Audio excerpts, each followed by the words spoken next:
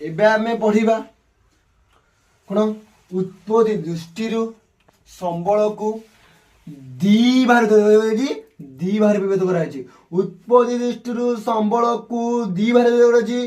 गोटे हूँ जैव बुझल प्रथम हूँ कौन जैव द्वितीय हूँ कौन अजैव।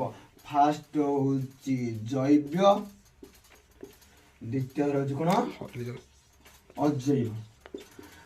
जैव माने जार जीवन अच्छी कौन अच्छी जार जीवन अच्छी ना सजीव बा सजीव बा जार जीवन अच्छी कहबा आमे जैव कौन जैव जार जीवन अच्छी। उदाहरण स्वरूप कौन गछ मनीष सब जीवन अच्छी।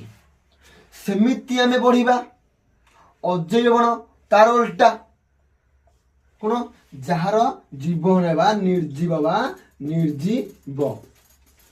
जार जीवन कौन chair table chair table jar जीवन अच्छी जैव जार जीवन ही अजैव।